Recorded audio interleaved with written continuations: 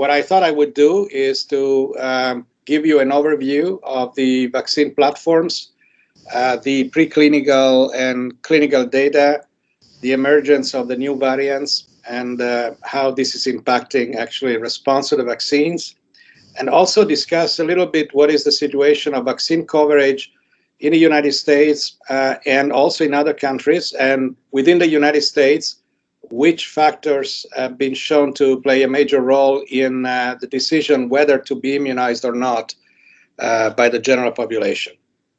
I may have additional data that I'm happy to share with you, maybe in the discussion if we have time, concerning some studies we are doing on immunocompromised individuals. In particular, we have a protocol enrolling patients with inborn errors of immunity of various kinds, and we've analyzed the specific antibody response. All right, so let me start by going to the next slide. Hold on a second. Okay. All right, so this is a paper that was published last year in Nature. It gives a nice overview of the structure of the SARS-CoV-2 and the different strategies that can be used, and in fact have been used in many cases, to develop vaccines against this coronavirus.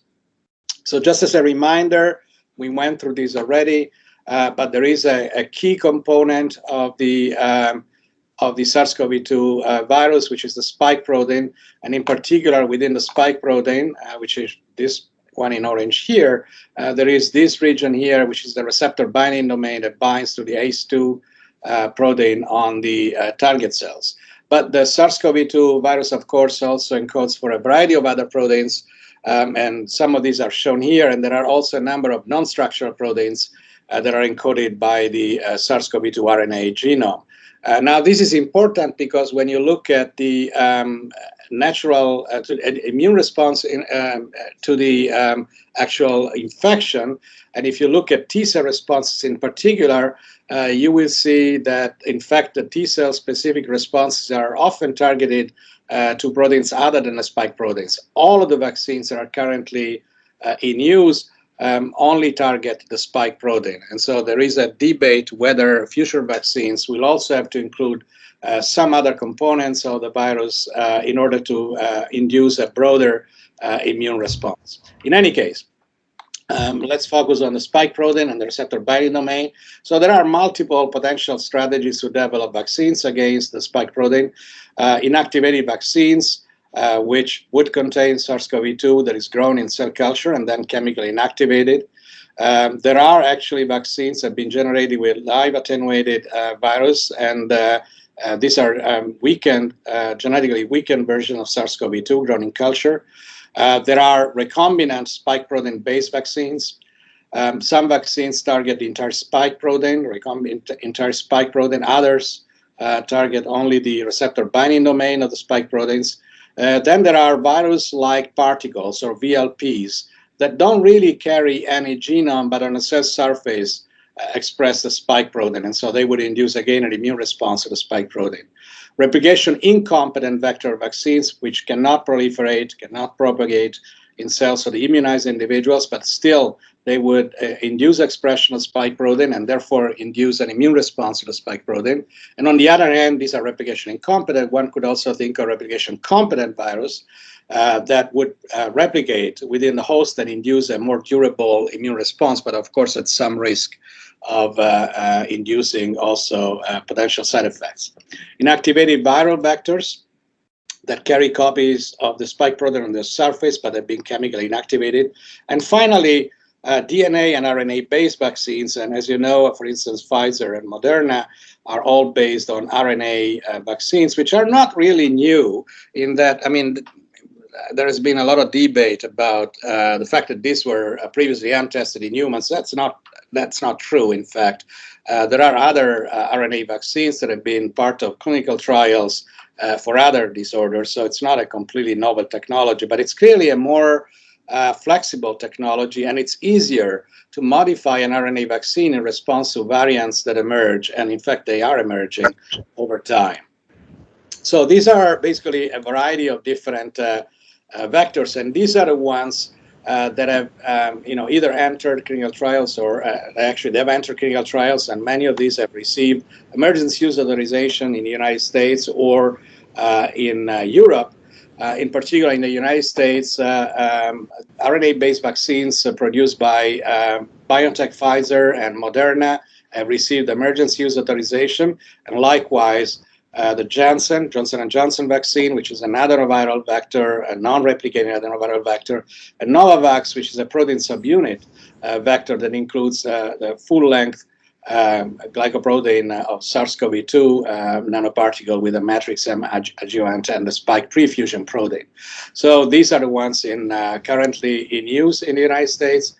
In Europe, also AstraZeneca, which is another adenoviral vector, non-replicating, that also induces immunity against the spike protein, has been approved by the EMA. And finally, there is... Se li ha fatti oggi, se sono di oggi quelli. Can I ask people to mute themselves? Eugenia, please close your microphone. Thank you. Oh, sorry. Thank you. And then a protein subunit by Sanofi Pasteur. Now, one important point to consider in particular when talking about potential allergic responses to the vaccine is also to understand what is contained in the vaccine in addition to the actual immunizing components. So you will see that, for instance, the RNA vaccines contain polyethylene glycol 2000. Other vaccines contain polysorbate 80, and these have been involved in a variety of allergic manifestations that have been claimed to be induced by some of these vaccines, in some cases actually proven to be induced by some of these vaccines. In terms of what type of immune responses these different platforms would induce, generally, of course, all of them will induce antibody response. However, the capacity to induce also a T-cell response and also to induce an innate inflammatory response is really dependent on the nature of the vaccine. So inactivated vaccines mostly generate antibody-mediated immunity, and so do also the protein-based vaccines.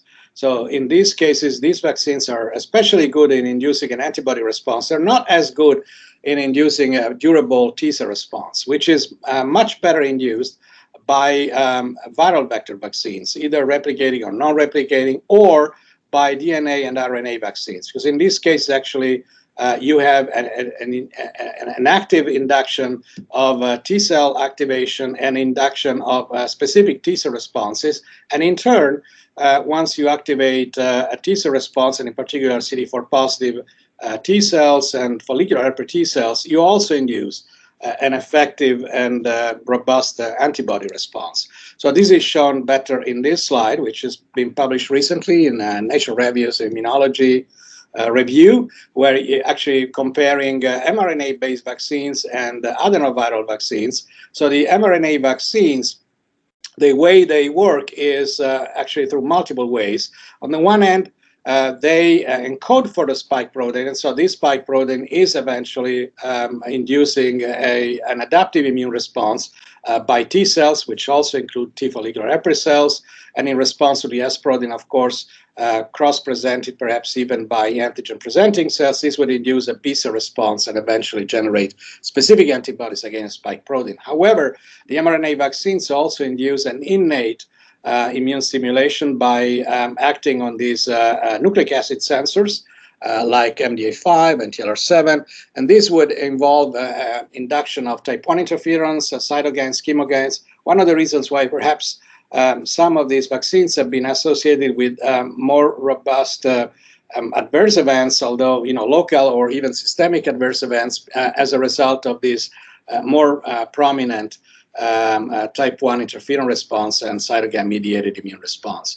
The adenoviral vaccines work through a slightly different mechanism. On the one hand, yes, through TLR9, they can also induce these inflammatory responses, although not as much as the mRNA vaccines, but they also, because they encode for the spike protein, they would eventually induce, again, T and B cell responses equally. So basically, this is why these two different platforms, they both induce adaptive immune responses that involve both T and B cells, and this is different than protein-based vaccines only. This is another example of the different platforms.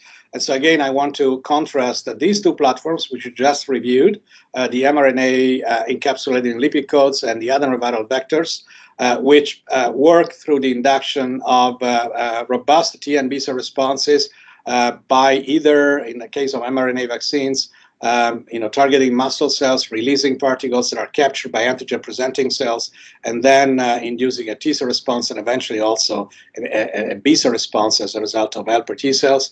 There is a potential also to generate cytotoxic T cells that recognize epitopes on the spike protein that are encoded by these mRNA vaccines. And by contrast, protein subunits and inactivated viruses, they mostly work through being antigens that are captured by the antigen-presenting cells and then presented to helper T cells and B cells. Eventually, what you really want in terms of an antibody response is the production of antibodies that not only target the spike protein, but in fact are neutralizing in that they prevent binding of the virus or targeting the virus to destruction. This is a neutralizing activity of the antibodies. Not all of the antibodies induced against spike protein are in fact neutralizing in their activity, and I will show you some data on the antibody response and neutralizing activity against the original SARS-CoV-2 virus and also some of the variants that have been recently published in Nature, actually last week.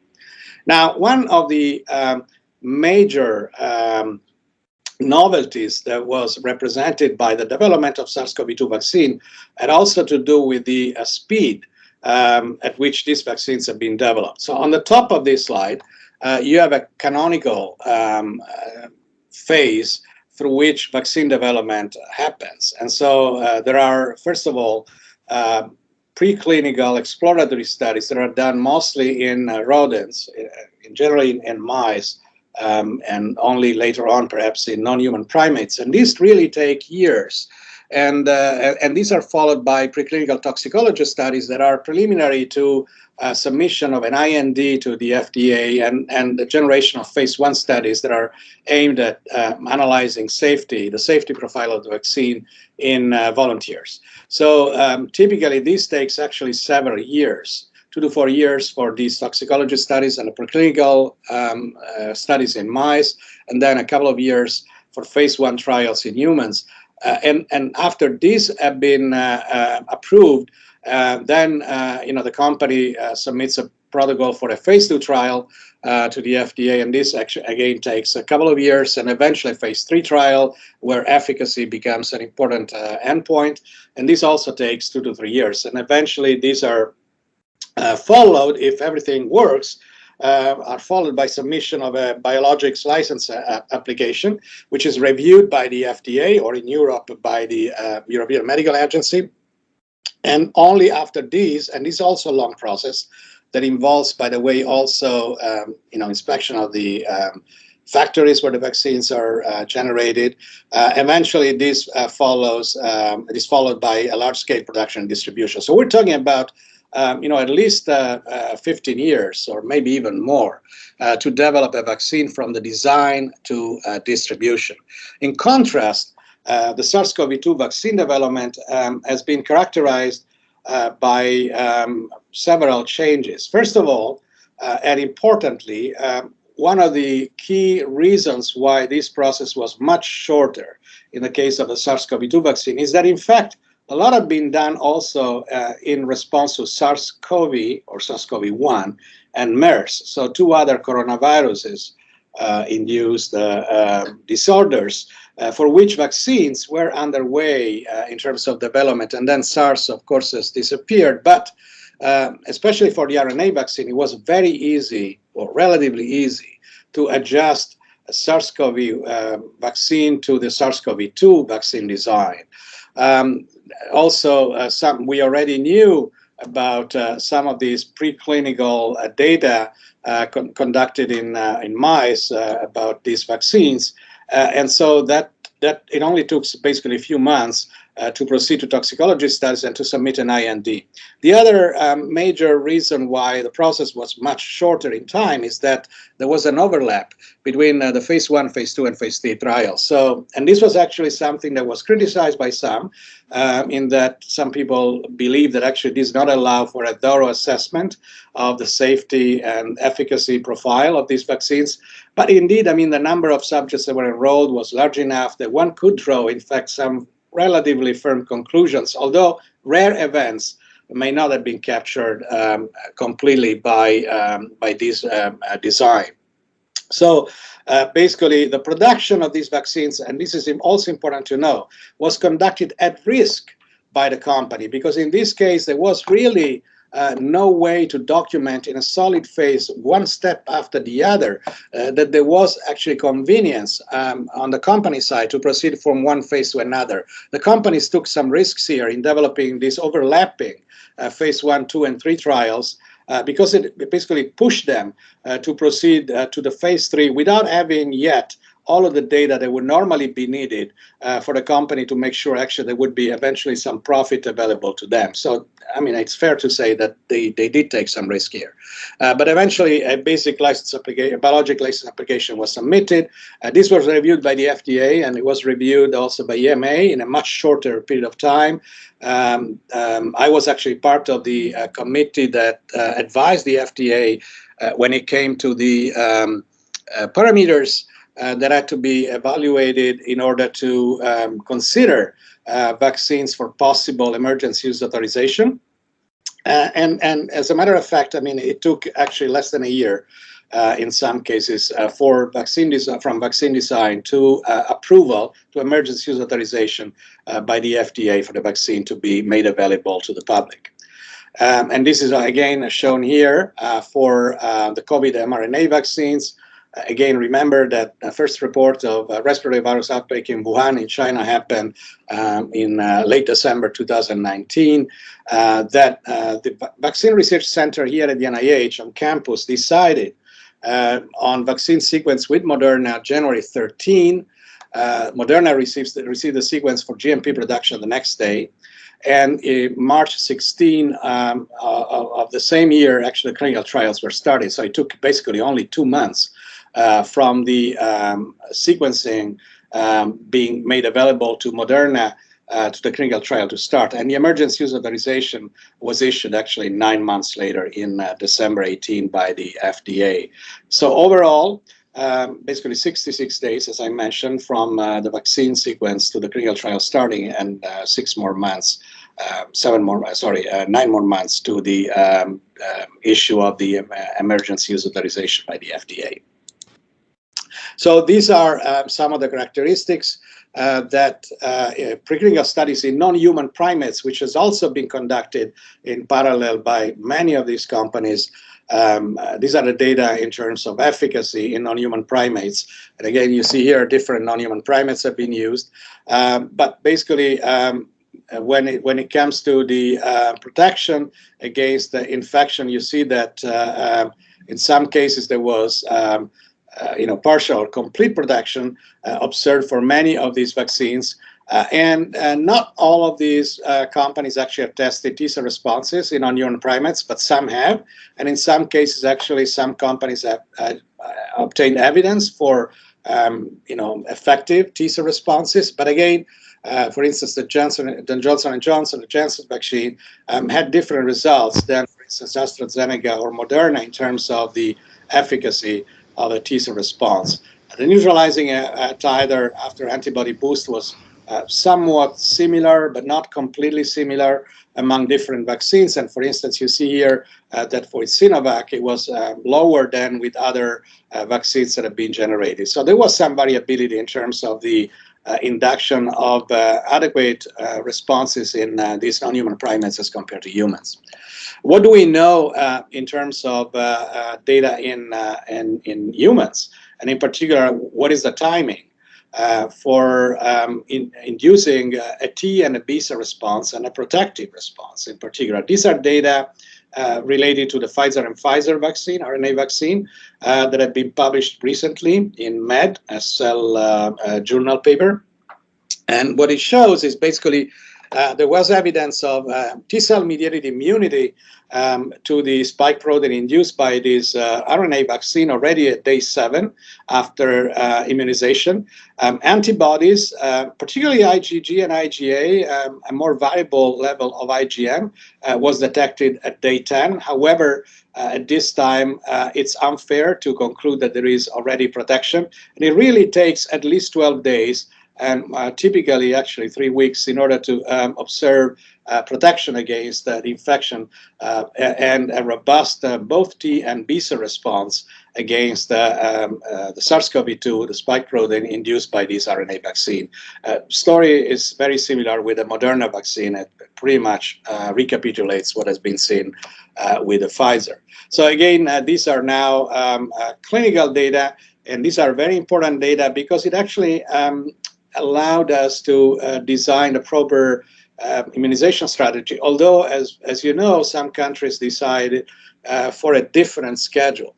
So typically, the Pfizer vaccine has a boost dose that is given 3 weeks after the initial injection. And in case of Moderna, actually, this is given typically 1 month later after the first dose. These are the results of the clinical trial comparing infection rate, so the occurrence of COVID-19, case of confirmed COVID-19 in individuals, in volunteers that have received placebo versus those that have received the vaccine. As you can see, for the Pfizer vaccine, and results are somewhat similar for Moderna, initially the two curves proceed in parallel, and this is an important point. So again, as mentioned in the previous slide, injecting 1 dose of the vaccine, administering 1 dose of the vaccine to an individual does not immediately confer protection. It takes some time. But then you see here about 10 to 12 days after the first dose administration, the two curves diverge. And while you continue to see cases, of course, even after the second dose of placebo injection happen in the placebo cohort, you see much fewer cases in the vaccine cohort. The protection is clearly much better after the second dose, although occasionally there are cases that develop COVID-19 SARS-CoV-2 infection, in some cases even severe SARS-CoV-2 infection like this patient here, requiring hospitalization even following 2 doses of vaccine. So there are breakthrough cases that happen. And this was regardless of the emergence of new variants.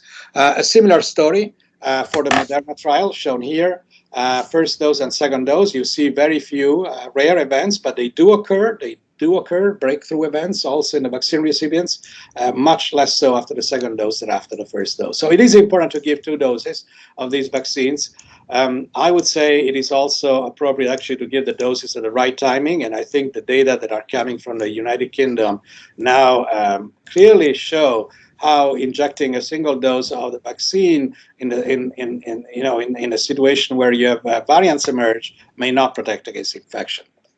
Now, again, if you look at the protection against severe infection or overall efficacy of the vaccines, these are in general very good. In particular, protection against severe infection is pretty good with all of the vaccines, slightly lower with the Johnson & Johnson vaccine, but overall really very good with all of these vaccines. The overall efficacy is somewhat more variable, and I should say that none of these trials actually had any kind of infection, including asymptomatic infection, as an endpoint. And so it was not possible in these clinical trials to really know whether receiving the vaccine would protect against asymptomatic infection. But it was very obvious that these vaccines do protect, again, at variable levels, but really at consistent levels, good levels, against symptomatic infection and definitely against severe infection.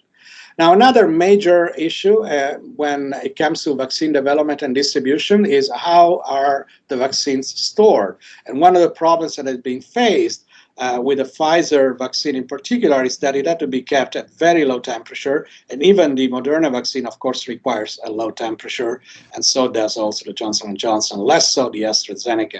This created lots of problems in the distribution of these vaccines, at least initially. Now these problems are partially solved, but it did require a major work also from the public health authorities in making sure that the chain of distribution was adequate.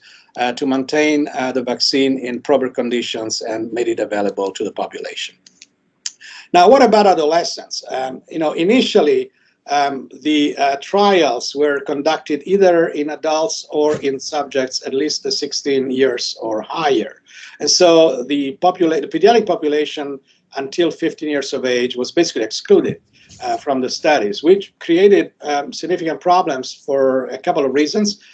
First of all, because of the attendance of school. So there was no way basically to protect children going to school and adolescents going to school from potential exposure to the virus. And this created also problems, of course, to the school personnel, to the school staff. So for this reason, at some point later in the process of vaccine development and clinical trials were also conducted in adolescents. This is in particular the Pfizer data in participants 12 to 15 years of age, where you look at the number of events occurring in participants that had received the vaccine versus those that had received the placebo, and this is without evidence of previous infection or with or without evidence of previous infection. And bottom line is that in this trial, actually protection in the adolescents against symptomatic infection was really very, very good, with a confidence interval ranging from 75 to 100%. So really excellent protection also in the adolescents. So this has allowed basically emergency use authorization for individuals age 12 or higher. So there were over 2,000 adolescents of this age. They were enrolled in this trial with 100% efficacy, measured as confirmed COVID disease more than 7 days after the second dose. Remember, this is important because cases may occur after the first dose and may also occur shortly after the second dose. So you can't really claim protection until you are really 10 to 12 days after the second dose of the vaccine. There was a favorable safety and side effect profile. The side effects that were observed in this clinical trial in adolescents were very similar in terms of both rate and severity compared to the what observed in the adult population. There were no vaccine-related serious adverse events, including severe allergic reactions, but keep in mind that we're talking about only 2,000 adolescents tested, so this is not adequate to capture rare serious adverse events. And so the trial was then decided to be started also for individuals from 6 months to 12 years with different doses, because one of the key questions here is how much, what dose of vaccine is needed in infants and young children compared to adults. So in this case, there was really a need to conduct, again, even a phase 1, starting from a phase 1 trial in terms of safety with different vaccine doses also in these younger individuals.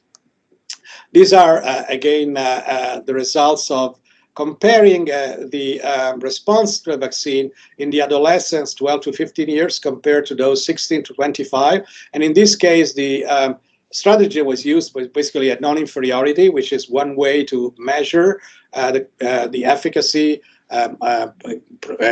provided by any drug, in this case a vaccine. And you can see here that the geometric mean 50% neutralizing titer was even higher, in fact, in the younger individuals compared to the 16-25. And so, again, excellent results in terms of the production of antibodies with neutralizing activity in younger adolescents as compared to young adults. For Moderna, the emergency use authorization was initially given only for individuals 18 or higher, so there were no data on minors in the initial Moderna trial. But then basically a trial was started, and no safety concerns were observed in individuals 12 to 17 years of age. Again, we're only talking about 3,700 individuals, so still, it's a good number, but not enough to capture rare events, one more time. And then a trial, a phase 2 trial called KID-COVE was started, enrolling, in this case, over 6,000 individuals of age 6 months to 12 years. And this is the strategy, basically, in individuals. Again, different doses will be used within this age group. So subjects 2 years to less than 12 will receive one of two dose levels, so either 50 or 100 micrograms. of this vaccine RNA, and those between 6 months to 2 years will receive again either 25 or 50 or 100, because again we don't really know what is the right dose, the minimum dose that induces an effective immune response, and no as little as possible in terms of side effects. So we will see what the eventual results will be. But the idea is basically that this kind of vaccines for individuals 5 to 11 years old will probably be available in late 2021. So this will give an opportunity also for children going to school to receive this vaccine somewhat later this year. For those age 6 months to 5 years, the expectation is that the vaccine will not be available until early 2022. And again, all of this is, of course, assuming that the results of the studies are satisfactory in terms of safety and efficacy.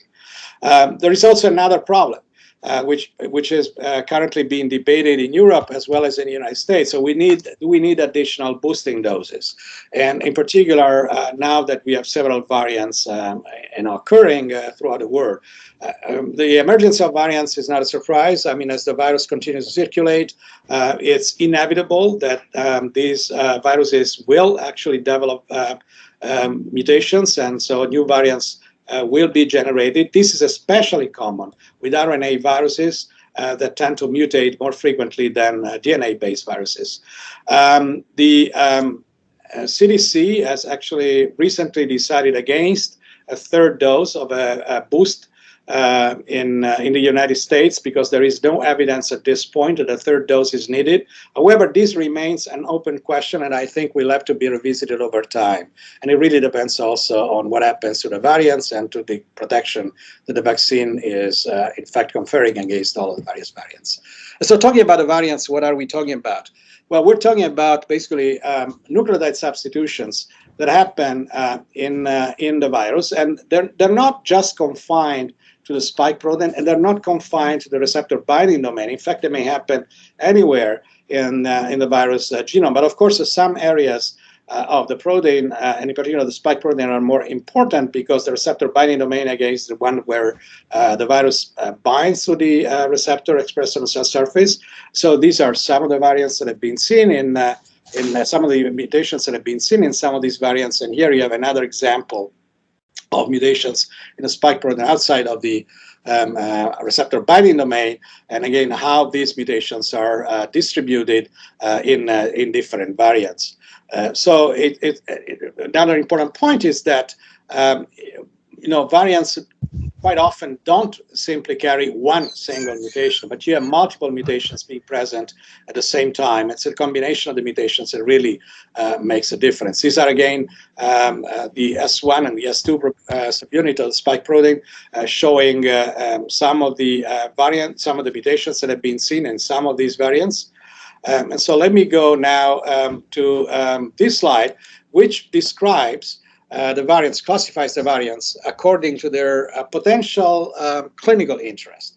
So we talk about variants of interest when there are changes in receptor binding, reduced neutralization by antibodies generating in response to previous infection or immunization, reduced efficacy of treatments available, although there's limited treatment available against the SARS-CoV-2, as you know, when they have potential diagnostic impact. So for instance, tests that capture antibodies and the neutralizing activity of these antibodies might be impacted by the variants, and when there is a predicted increase in transmissibility or disease severity. By contrast, variants of concern are a next level of interest, in that these may represent more worrisome variants than the simple variants of interest, because in this case there is clear evidence of increase in transmissibility. So it's not just a predicted, there is actual evidence of this increase in transmissibility or disease severity, identified as hospitalization or death. But there is significant reduction in neutralization by antibodies generated by previous infection or immunization. You see how this is different. Reduced versus significant reduction. Reduced effectiveness of treatments or vaccines, and diagnostic detection failure. And finally, and this is actually the highest level, is the variants of high consequence, and I should say that there are no variants at this point that fall within these variants of high consequence, but just for you to know, these are classified as variants that have demonstrated failure in terms of diagnostics, significant reduction of vaccine, disproportionately high number of vaccine efficacy, disproportionately high number of breakthrough cases, very low protection of vaccines against severe disease, significantly reduced effectiveness of emergency use authorization or approved therapeutics, and more severe clinical disease and increased hospitalization. Again, keep this in mind. This may always happen with any virus, but has not been seen so far for SARS-CoV-2. So we're talking right now only of variants of interest and variants of concerns. Which variants are we talking about? Again, as I mentioned, no variants identified so far in this group, but several variants have been classified as variants of interest and variants of concern. And initially, these variants were named according to the country where they first identified. So, for instance, this is the UK variant, the B1.1.7. It's now called the Alpha variant. The Beta variant represented a really worrisome variant that emerged in South Africa, but since then actually has basically disappeared. And currently, actually, there is a lot of attention paid to the Delta variant, which was seen in India for the first time in October last year. And here you see all of the nucleotide changes that have been seen consistently, or in some cases sporadically, in this variant specifically. So you see some of these are actually seen also in other variants, but others are unique. Another variant that is currently receiving significant attention is also the Gamma variant, and the Lambda variant is also receiving some attention currently in the United States following what's happening in Peru. So, but again, just keep in mind that now we're using this Greek alphabet to define the variants, and as you can see, more and more letters are being added, unfortunately, because of the emergence of new variants. So when you look at the efficacy, for instance, of the Moderna vaccine against common variants of concerns, and again, so let's go back for 1 second. I mentioned that B1.1.7 is actually the UK variant, and the B1.1.351 is the South African variant. You see, I mentioned before that actually sorry, I need to get rid of this. That the South African variant was more worrisome. And in fact, you see here that in response to the vaccine, individuals of various ages after the first vaccination, the neutralizing activity against this variant was clearly lower for the South African variant as compared to the original SARS-CoV-2, which contained this substitution D614G, which is actually the one that the vaccine responds to, and even against the UK variant. So the South African variant was really behaving more dangerously than the UK variant. But like I said, I mean, then that variant has gone away after a while. And this is a paper actually that is available in Nature. It's still basically as a preprint, has just been published literally a few days ago. And these are 4 monoclonal antibodies, therapeutic monoclonal antibodies, that have been tested against some of these variants, including the UK and the Indian variant.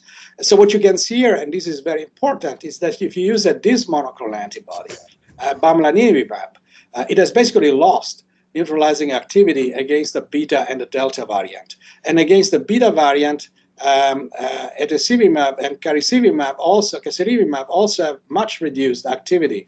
So that means that actually using a single, and this was actually something that was known, using a single monoclonal antibody, not knowing yet what is the variant that has affected a seriously affected individual, is a wrong decision.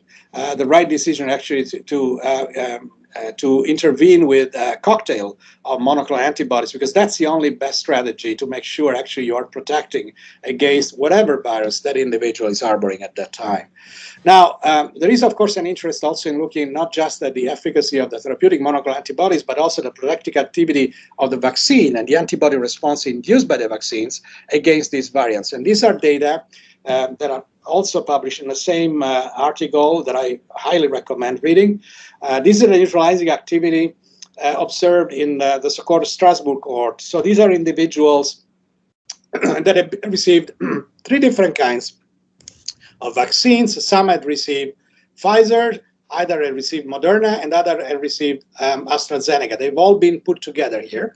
And this is looking basically at the first of all, the neutralizing activity in individuals who had just been infected with the virus, and these are individuals who had been infected with the virus but then had been immunized. And what this study shows, confirming other data, and we have very much the same data in our own cohort here, is that if you have been infected with SARS-CoV-2 and then you're immunized with these vaccines, your titer of antibodies with neutralizing activity is much, much higher. So indeed, and even one dose of the vaccine actually in these individuals is capable of inducing already maximal antibody responses with excellent neutralizing activity.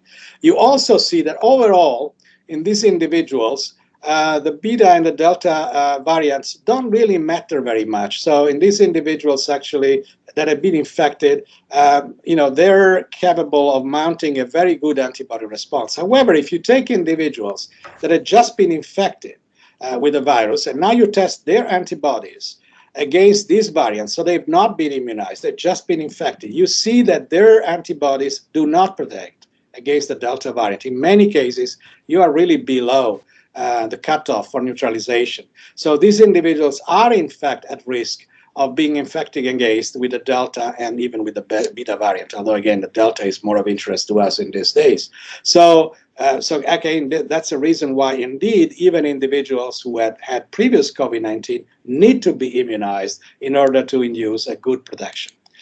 These are now results of 2 specific vaccines, and this is just in immunized individuals that have received either the Pfizer or the AstraZeneca vaccine. In the case of the Pfizer, these are, again, neutralizing activity detected at week 3 after immunization or week 8 after immunization, which would be basically week 5 after the second dose. What this is showing here, again, it's the same story.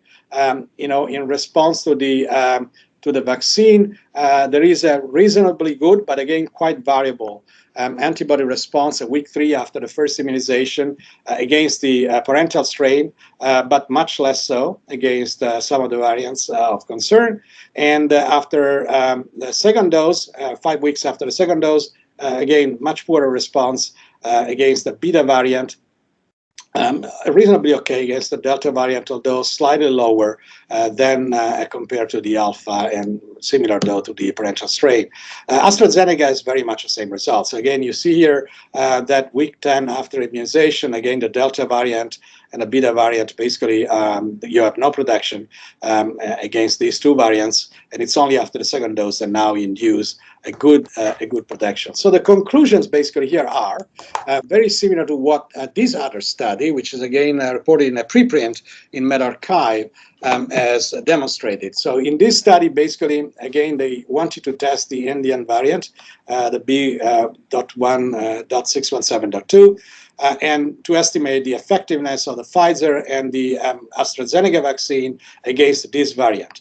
And so what they noticed was that the effectiveness was notably lower after 1 dose of vaccine against infection sustained by the Indian variant, with similar results observed for both vaccines. So this was a much worse, actually, variant as compared to the UK variant. So lower protection against 1 dose with 1 dose of the vaccine against the Indian variant, irrespective of whether you were using Pfizer or AstraZeneca. After 2 doses of either vaccine, there were only modest differences in vaccine effectiveness against the Indian variant, and absolute differences in vaccine were much more marked with dose 1. This would support maximizing vaccine uptake with 2 doses among vulnerable groups. So that's perhaps the reason why in the UK, where the general decision was to immunize as much people as possible with 1 dose of the vaccine, now they're seeing a surge of cases, even in previously immunized individuals, because in fact 1 dose of the vaccine, and it doesn't matter which vaccine you use, does not adequately protect against the Indian variant, and that's exactly the problem they're facing. Now, let me say something about adverse events. Again, there has been a lot of discussion about adverse events, and in particular, vaccine reactions can be either immediate or delayed.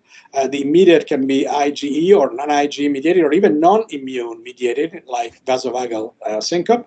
And delayed reactions are typically local reactions or urticaria or benign exanthem or serum sickness or fever, and more rarely, but potentially more importantly, rare skin organ or neurological sequelae.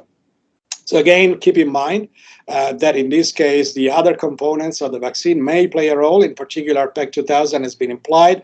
Again, some of these anaphylactic reactions seen in patients who have received the mRNA vaccine, either Pfizer or Moderna. These are symptoms that have been observed, and more classical symptoms and more frequently observed in individuals that have received different kinds of vaccines, AstraZeneca, Pfizer, Moderna. These are basically pain at the injection site. You see here, most often seen, in fact, and more severely seen with mRNA vaccine. Again, the reason I mentioned before, because these vaccines also induce through nucleic acid sensors more important local inflammatory response. Other signs like fatigue, headache, muscle pain are seen across the board, and perhaps even more so with the adenoviral vaccines. And then there are other reactions like chills, joint pain, fever, swelling, and redness, which are clearly less prevalent in the population as compared to local reactions, but in some cases can be also rather disturbing. This is now showing the kind of reactions that are seen in adolescents. So do they mount a different inflammatory response? This was an important question because the results of the clinical trials had shown that younger individuals are at higher risk of having adverse reactions compared to the elderly. So both the local and the systemic reactions were more frequently seen in younger individuals in the initial Pfizer, Moderna, and AstraZeneca trials. When it comes to adolescents, again, you can see here that, in fact, comparing individuals 12 and 15 years of age to those 16 and 25 years of age, you don't really have much of a difference. So the kind of reactions that the adolescents have is pretty much similar to what observed in young adults. So you can anticipate basically the same kind of problems with the same frequency. And this is shown here for the systemic events and the potential use of medications that have been used in these individuals. Again, no major difference compared to what had been seen in the young adults. So really, adolescents are not at higher risk of reactions compared to the young adults, but they are somewhat at higher risk compared to the elderly individuals. So what would be a right approach to recognition, clinical recognition and acute treatment of adverse events, and particularly of acute adverse events in response to vaccines? One has to focus on the symptoms and the sign,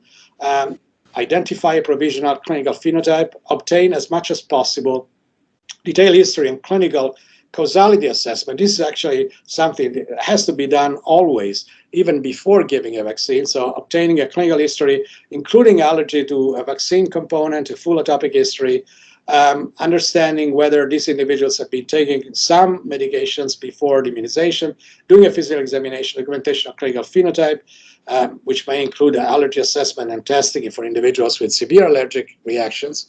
Then obtaining in these individuals amount an anaphylactic or an anaphylactoid reaction, evaluate serum tryptase and complement activation. This has to be done immediately after the reaction, though. It doesn't make any sense to do this kind of test late after the reaction has happened. And this is important to document, for instance, IgE or mast cell or non-IgE or complement-mediated reactions. And then store samples from acute episodes, because this is important to perform additional tests in the future. Then this will allow perhaps to eventually identify a potential mechanism, not always possible, but this is the best way to achieve that. And this, of course, is important when it comes to potential re-challenge of that individual with the same or alternative vaccines, and determine implication for reactions to other vaccines or drugs. One very important problem that has emerged is the occurrence of thrombocytopenic purpura episodes in patients that have received the vaccine, and this has been seen more frequently perhaps with the AstraZeneca, but it's been seen also with other vaccines. The mechanism now has been partially characterized, and it's known to be associated with production of antibodies against platelet factor 4.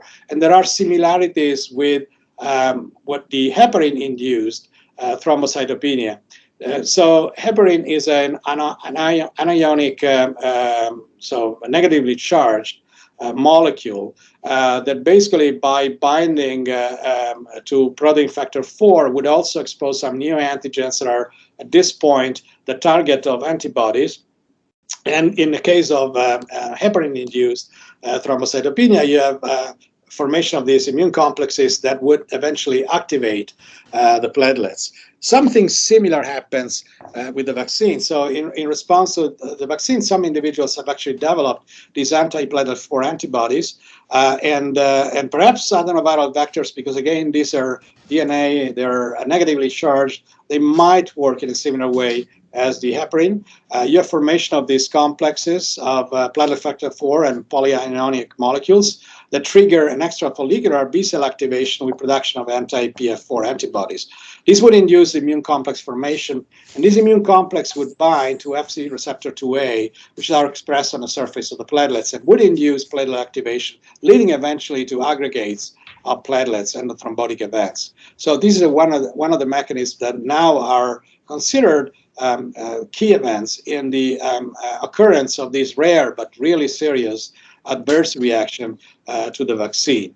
There are other, rare but similarly potentially serious adverse events that have been observed with some of the vaccines. I'm actually adding these two because these have been released by the Emergency Medicine Agency, AMA, in response to the AstraZeneca vaccine for Guillain-Barré, but also in response to the Moderna vaccine in case of myocarditis and pericarditis. And the FDA in the United States, only less than 20 hours ago, has actually released a warning on Johnson & Johnson vaccine related to Guillain-Barré with a 3 to 5-fold increased risk of developing Guillain-Barré following immunization with the Johnson & Johnson vaccine. Unfortunately, one of these cases have been fatal.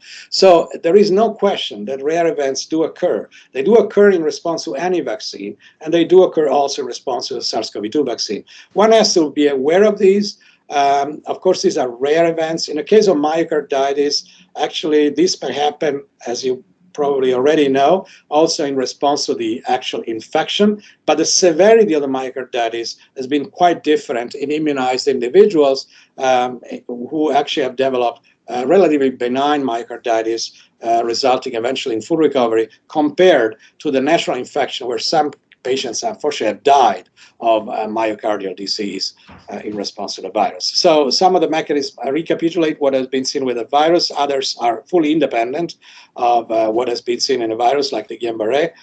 One has to be aware of these, and it's not a reason not to discontinue administration of this vaccine, unfortunately, but it is important to inform the population of what could happen and how frequently that happens. So what is the situation in terms of coverage against the SARS-CoV-2 infection in the United States? These are data that have been posted by the CDC on July 7th. So they're really recent data. So the percentage of the population, of the total population that had received at least one dose of the vaccine was 55%. But if you focus now on those who really are eligible, it's basically, well, I mean, you could say that even these individuals are eligible, but this has started more recently. So it's really, around 67%, at least in the adults.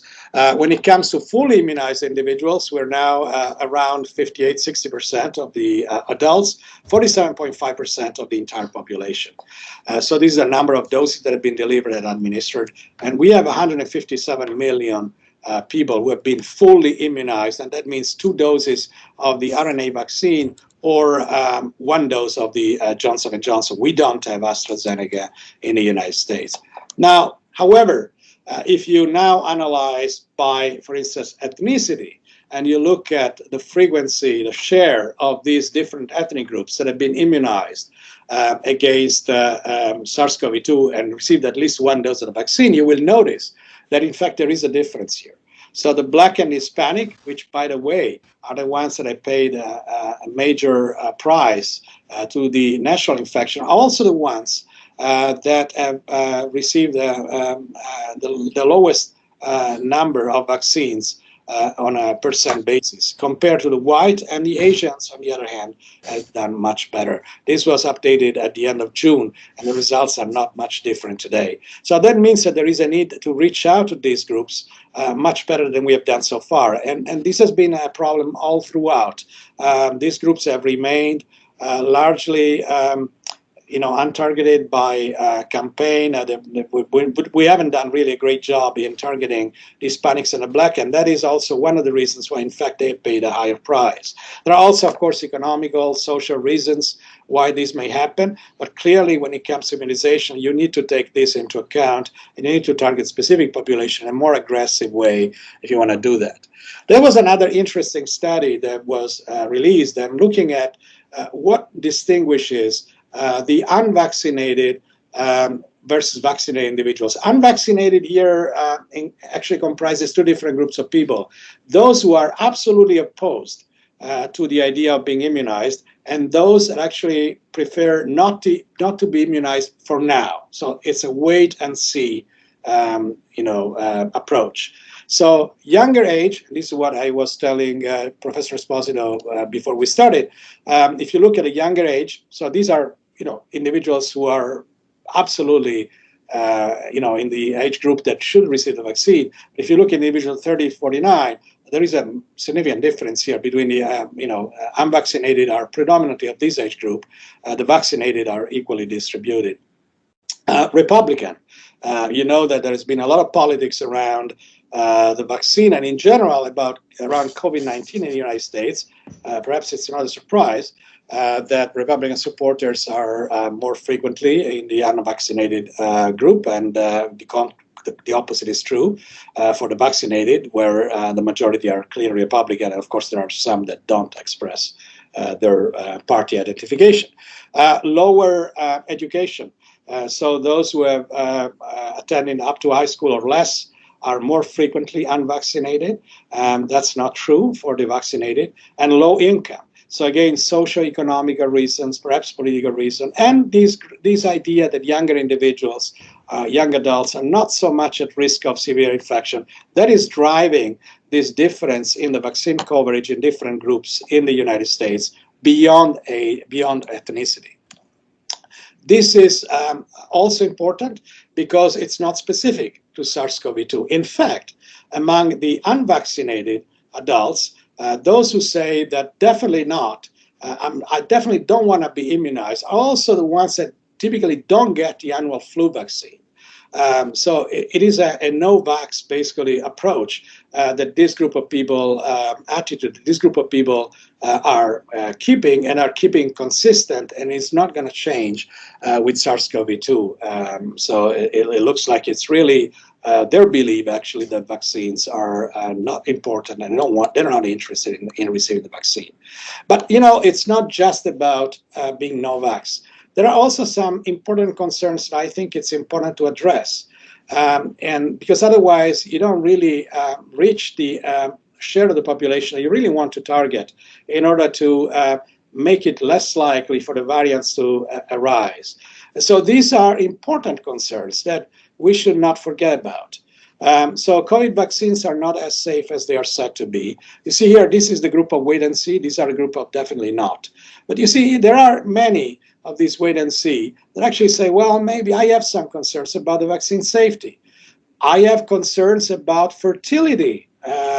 These are all things that would be relatively easy, in fact, to address if you were more specific in the language regarding, how to counteract these arguments. There may be an out-of-pocket cost. I mean, this is, by the way, not true, but still there is a belief, actually. They won't be able to get the vaccine from a place they trust. Well, again, keep in mind there is a cold chain that has to be satisfied. Some people are not trusting actually the cold chain, or the cold chain where in a place where the vaccine is distributed. One of the vaccines currently authorized for emergency use received full approval from the FDA. This is another reason why that this is actually something that is not happened yet. So some people believe actually there are differences in the status of the vaccine, whether it has been fully approved versus licensed versus receiving only emergency use authorization. Some people prefer to wait until there is actually full approval, so license, a license being granted to the vaccine, because that would allow them to be more to trust basically that the vaccine has received all of the approvals that were necessary in order to deliver a full approval. Airlines require passengers to be vaccinated before they could fly. That's another important. It's another important point. The United States, of course, relies very much on air traffic. Being vaccinated was required to attend large gatherings such as sporting events or concerns. Again, another major difference between the wait and see and definitely not a group of people. So I just want to make sure actually that you understand that there are other important reasons beyond the ones I illustrated in the previous slide and beyond ethnicity. And I think it is important to address all of these points adequately. So what is the situation in the world? I think this is also quite interesting. This is the situation of the share of the population. Again, these data are very recent, July 6, different countries worldwide. What proportion of the population has received at least one dose of the vaccine? As you can see here, basically United States and United Kingdom were among the countries that really started the immunization in a more aggressive manner sooner. Basically in late December. And there was a significant delay in Canada as well as in European countries, and even more so in India. Now, however, if you look at, for instance, the United States and compare it with Italy, you see Italy has started much later, has done actually a very good job in a period between April and June. You see here how steep is this curve. And in fact, Italy is now even overpassing the United States. Canada has done even better in that regard. So we are in a situation now where the United States has started very early and had a significant share of the population that was immunized, over 40% by mid-April, have not gone much higher since then, and have been passed by other countries that started much later but are doing a much better job. On a global scale, one of the problems is that many countries worldwide actually are not receiving the vaccine almost at all. I listed some of them here, so for you to have an idea. Some of these are in Africa. Look at Cameroon, 0.33% of the population has received the vaccine. But others also, Uganda, 2.98%. But interestingly, also in Europe, Bulgaria, 14%.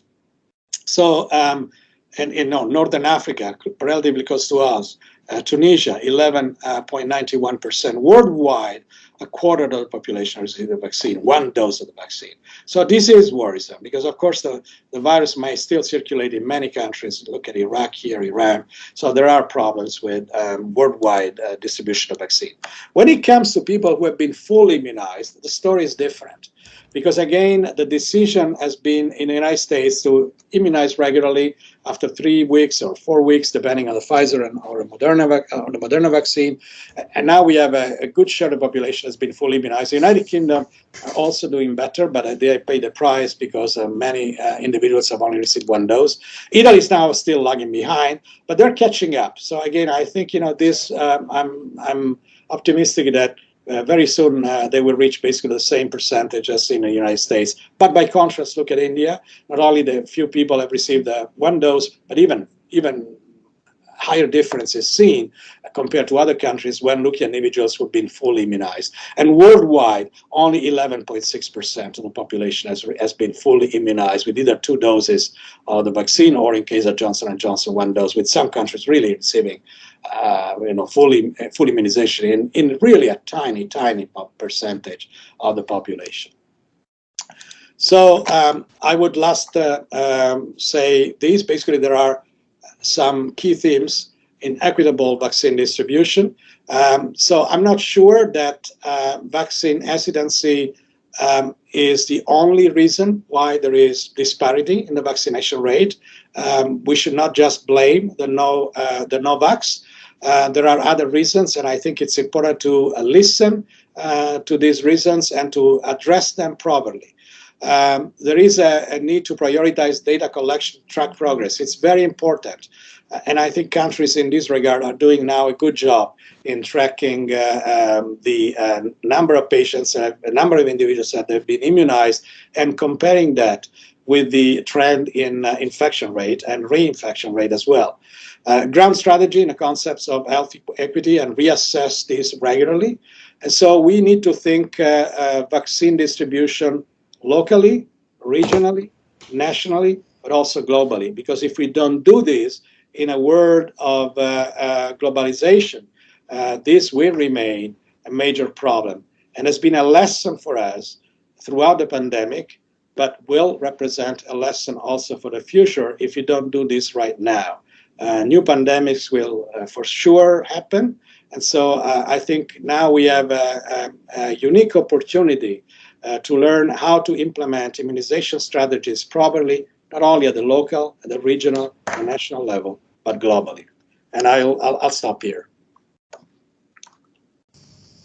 Thank you, Gigi.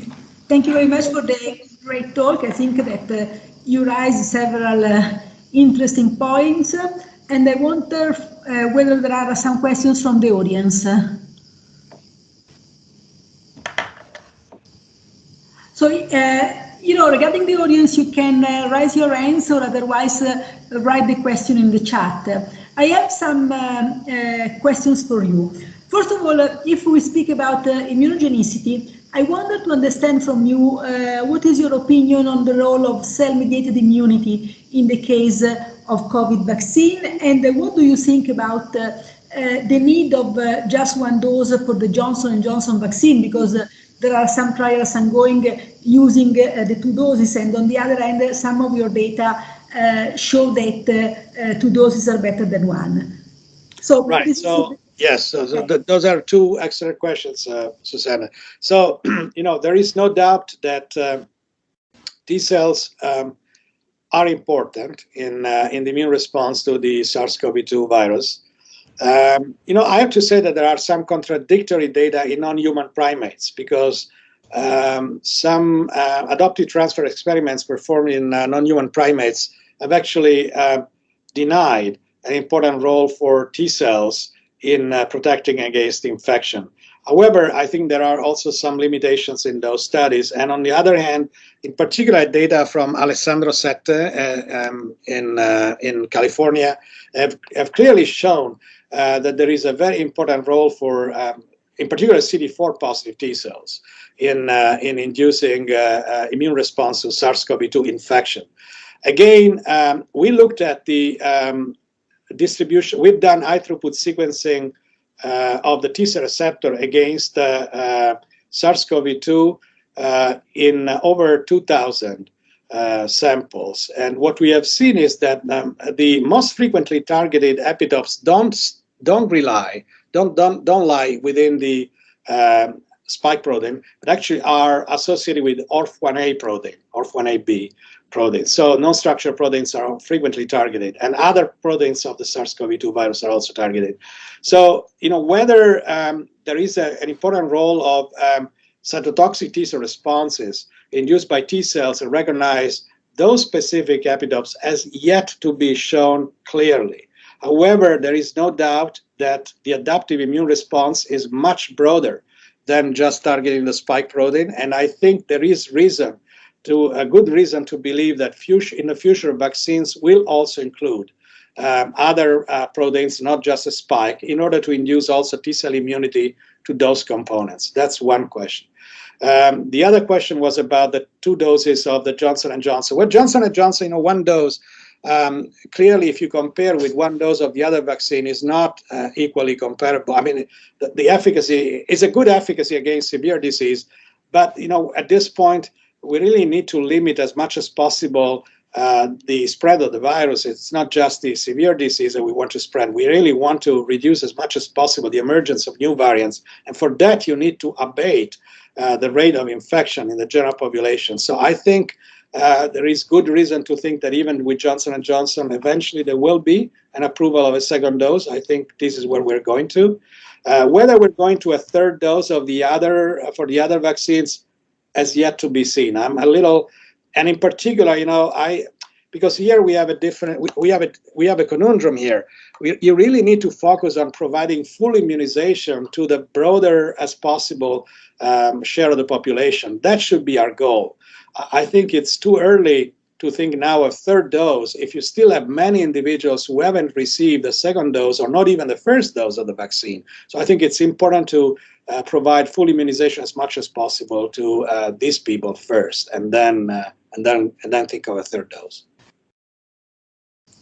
Thank you very much, Gigi. And now I would like to ask you something on the safety issues, especially for the pediatric population. So what do you think about the mechanism of possible myocarditis and pericarditis? Because it is not totally clear in my mind. So I wonder whether you can say something about this adverse event. And then for the Johnson & Johnson vaccine and Guillain-Barré syndrome, I wonder whether you think that also the other vaccine with the viral vectors can be associated with this complication. Not just those. Even the Pfizer and even those vaccines can induce this. I'm not sure it's just the Johnson & Johnson, but for sure for now it's AstraZeneca, Johnson & Johnson that have been recognized to be associated with Guillain-Barré, in particular by the EMA and the FDA.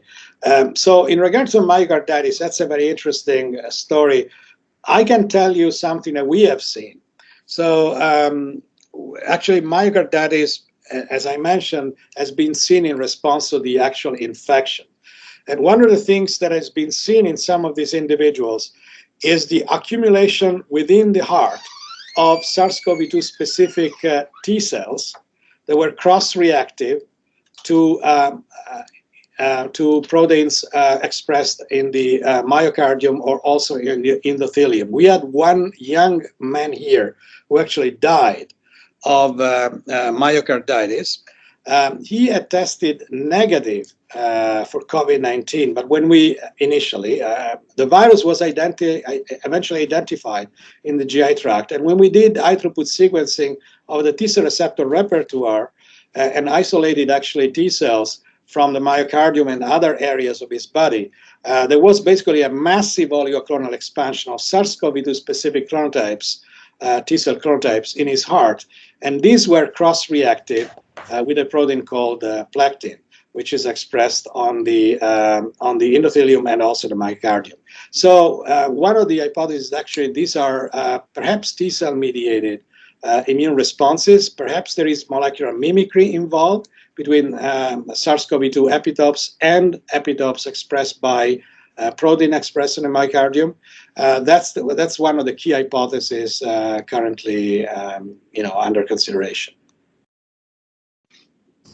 Thank you for the explanation. And finally, what are you doing for increasing the vaccination coverage? Because it is really low, especially in the population of young adults. So it is impressive for me because I didn't expect this kind of results. Right. So again, as we were discussing here, you can't even enforce immunization even among the healthcare workers. I mean, this is different than in Italy, for instance. I was reading the press in Italy. I read that actually, there are attempts to basically suspend, healthcare workers that refuse to be immunized. We cannot do this in the United States. This is not allowed. So it may surprise you, but this is how it is. In terms of the young individuals, I think a major change might happen with return to school. I would imagine that at that point, you will have a higher share of the population that will be immunized. So I don't expect much change to happen in the summer. The situation here is quite similar to what you're facing there. I mean, basically, people are now living like, if there is no COVID around at all. And I think it's not different here. But I think with the fall, we might see an increase again in the vaccine coverage. So I'm optimistic that that may happen. And I think return to school will help that. Thank you. Now there is a question from Carlo Ferrari. Carlo Ferrari is a professor of infectious diseases in University of Parma, and he's a very good friend of Alessandro Sette that you mentioned before. So he has organized already a seminar with Alessandro Sette. Carlo?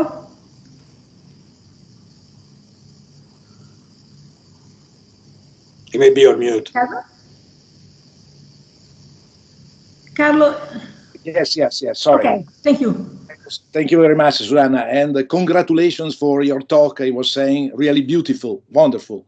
Thank you. And I like, of course, very much the idea that T cells, in particular CD8 T cells, are important for protection, especially to avoid the spread of the virus within the body, within the host.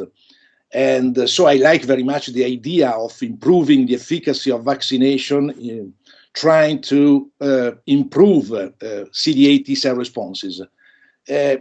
Just to know your opinion, first of all, do you believe that the genetic vaccines, the type of antigen presentation that can induce, for example, within the muscle, if a muscle cell produce antigens, which are then associated with HLA class I molecules, can this be a wrong environment for CD8 activation, likely inducing more inhibition than activation? So which is your opinion about that? So which is the way how the immune system can overcome this potential problem?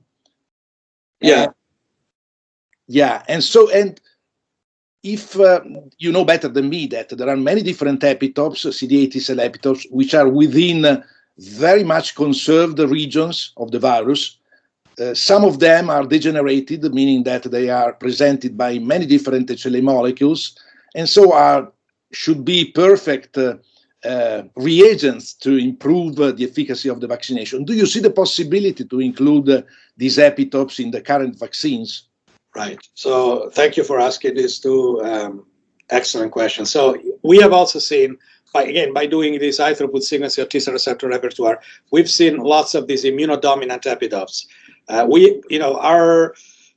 The beauty of our study is that we had all genome sequencing done in all of these individuals. So we knew exactly their HLA genetic status, and we were able to identify HLA restricted, but also non-HLA restricted, and so immunodominant epitopes. And like you said, there are many of such epitopes that are not simply lying on the spike protein, but they're associated with other proteins. So I do believe actually those epitopes are particularly important because they would allow coverage by a much larger share of the population, irrespective of their HLA genetic status. So those should be a primary goal in a new vaccine design for SARS-CoV-2. They should be considered.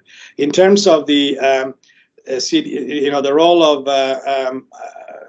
inappropriate antigen presentation by muscular cells and the possibility that this might not be the appropriate target, mRNA vaccines in that regard might be a disadvantage.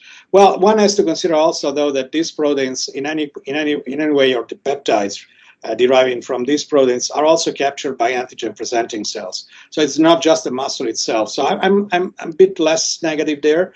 I don't really think that this will be a major reason of concern. And in fact, there is already evidence, in fact, that you can induce good responses to mRNA vaccines, even for T cells, cytotoxic T cells, in other settings, not just in SARS-CoV-2, using that strategy. So that is not much of a concern in my mind.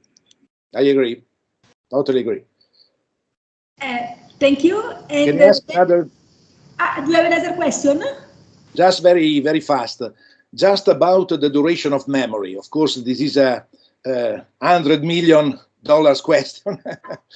So you didn't touch this point because, this is very important because, as you know better than me, the duration of protection after common coronaviruses inducing seasonal pathology is expected to be quite short, but we know very well that the protection against other vaccines, for example, the hepatitis B vaccine, is much, much longer, decades of duration. So which is your opinion about, considering, of course, also the capacity of mutation of this virus?